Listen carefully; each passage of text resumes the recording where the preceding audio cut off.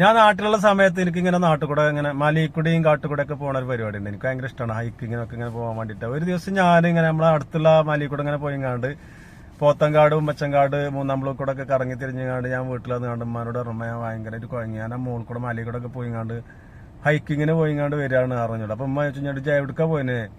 ഞാൻ പറഞ്ഞു ഇവിടുന്ന് ഒരു 10-12 കിലോമീറ്റർ മുകൾക്കാവും ഉമ്മച്ചങ്കാട്ട് കൂടെ പോയിങ്ങാണ്ട് മൂന്നാമ്പളൂർ കൂടെ പോയിങ്ങാണ്ട് കറങ്ങി തിരിഞ്ഞു വരികയാണ് പറഞ്ഞു. അപ്പൊ ഉമ്മ അത് കേട്ടിട്ട് ചിരിക്കണ്. ഉമ്മ ഒരു കാലത്ത് കൂലിപ്പണിക്ക് പോയതിന സമയത്ത് ഇമ്മ ഇവിടുന്ന് ഈ 12 കിലോമീറ്റർ ഇത്രയും ദൂരമൊക്കെ നടന്നുങ്ങാണ്ട് പോയി അങ്ങോട്ട് നടക്കും. അതുപോലെ തന്നെ തിരിച്ച് ഇങ്ങോട്ട് വരുമ്പോ എന്തെങ്കിലുമൊക്കെ വറകും കെട്ടോ അല്ലെങ്കിൽ വല്ല ഓടനെല്ലാം കെട്ടൊക്കെ കെട്ടി അവിടുന്ന് ഇങ്ങോട്ട് നടന്നു വന്നിന ഈ സ്ഥലമാണ് ഞാൻ ഈ പറഞ്ഞ സാധനം. അപ്പോ ഒരു 10-30 വർഷത്തോളം ഉമ്മ രാവിലെയും വൈകുന്നേരം അങ്ങോട്ടും ഇങ്ങോട്ടും നടന്നതിന് ആൾക്കാരോടാണ് ഞാൻ പോയി കണ്ട് ഇപ്പൊ ഇന്ന് ഒരു ദിവസം പോയി കണ്ട് അവിടെ കഷ്ടപ്പെട്ടു എന്ന് പറയണത്. അപ്പൊ ഉമ്മക്ക് ചിരി വരുന്നത്.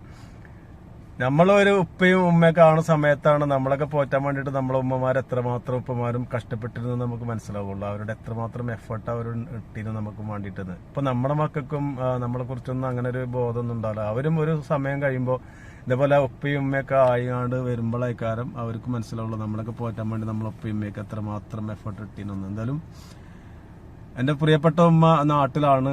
ഉമ്മക്ക് ആരോഗ്യത്തോടുള്ള ദീർഘായുസ് പടച്ച തമ്പുരാൻ നൽകട്ടെ. ഒരുപാട് കാലം ഉമ്മാന്റെ കൂടെ സന്തോഷമായി ജീവിക്കാനുള്ള സൗഭാഗ്യം മക്കളായി ഞങ്ങൾക്കും ഉണ്ടാകട്ടെ എന്നുള്ള പ്രാർത്ഥന മാത്രമാണ്.